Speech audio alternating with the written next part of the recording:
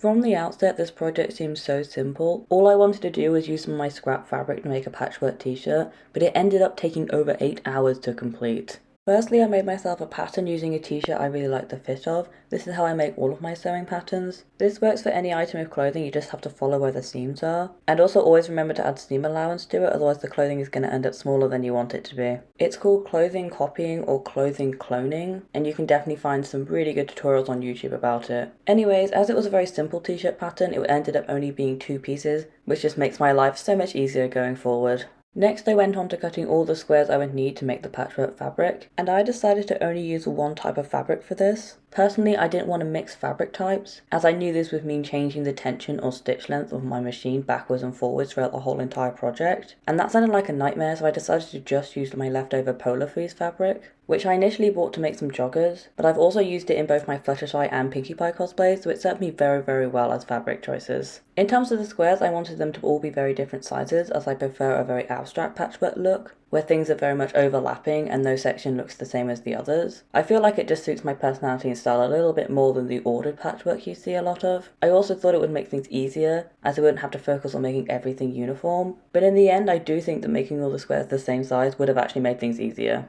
And then came the time to actually start sewing. For the first piece, I was very ambitious and thought I could pin the whole thing together in once and sew it with absolutely no problem, but in reality this made it so much more difficult to do. For later size, I just pinned a few pieces together at once and made a bigger section, and then sewed these slightly bigger sections together. But this first one was an endless game of sewing a tiny bit, notice it's falling apart because of me moving it, pin it back together, sew a little bit, and on and on and on. So I definitely wouldn't recommend doing it this way at all. It just makes the project feel endless.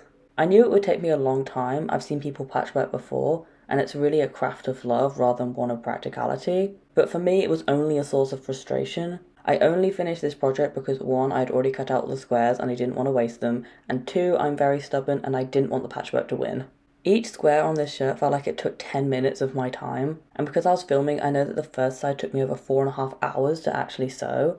Admittedly, I'm a very slow sewer, even on my machine, and while it's a technique I've done before, because I was doing it like applique, so I was flat sewing everything, it's not a technique I'm good at or find easy in the slightest. Even when I was getting quicker as I was going along, because it's very repetitive, so you do find yourself getting a little bit better at it, I just wasn't finding it that easy or that manageable. I feel like I needed to make a much smaller project, maybe like a little hat rather than starting with a t-shirt, because that would have made it feel so much easier and take so much less of my time. There were also so many moments where I completely unpicked a section because I was getting bubbles or puckers all over the place, which made my work take so much longer. I definitely didn't have as many issues on the other pieces I've made, maybe in part because I decided not to film any more of the process at that point, and I often find that I do better work off camera than on camera, so the subsequent pieces were a lot quicker and a lot easier to do. But all in all, I reckon I spent about 8 hours just on the patchwork sections of this project alone. That's not even counting the time pattern making, cutting the panels, sewing the shirt together or binding the edges. It just turned into a much bigger project than I wanted it to and expected it to.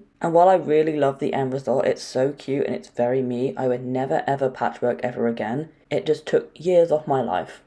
Once all the patchwork was finally finished, at long last I could finally cut out all the pieces I needed to start putting the shirt together. This is always the easiest part of the project, especially when using such a simple pattern, because there's only 4 pieces that I needed to cut out, and the only thing I needed to remember was to make the sleeves mirror of each other. I will say though, I really do need to get new sewing scissors. These aren't technically even sewing scissors, they're kitchen scissors, because they are really struggling to get through fabric at this point, especially over layers where there's like 4 or 5 different pieces of the patchwork all together. It was so much more difficult to cut out than I was expecting.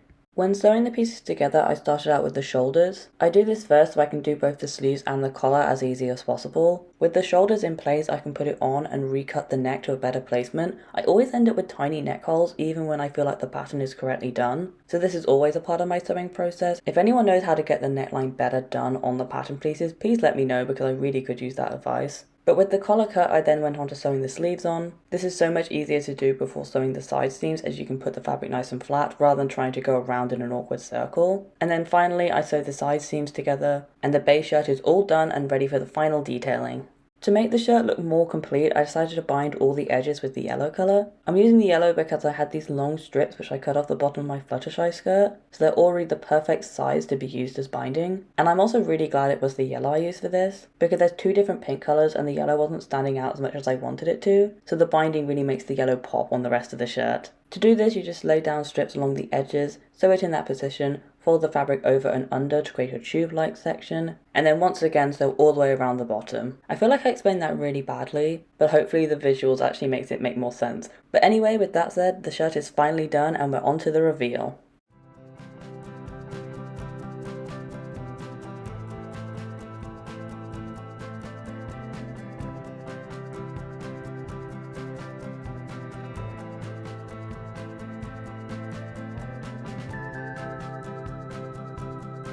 I really hope you like how the shirt turned out. I am so proud of it. I think it looks so cute and adorable and I'm going to wear it all the time. If you also like the final result, please don't forget to give this video a like down below, comment what else you'd like me to do, and subscribe as I post a new video every single week, and I'd love to see you again. But until then, bye!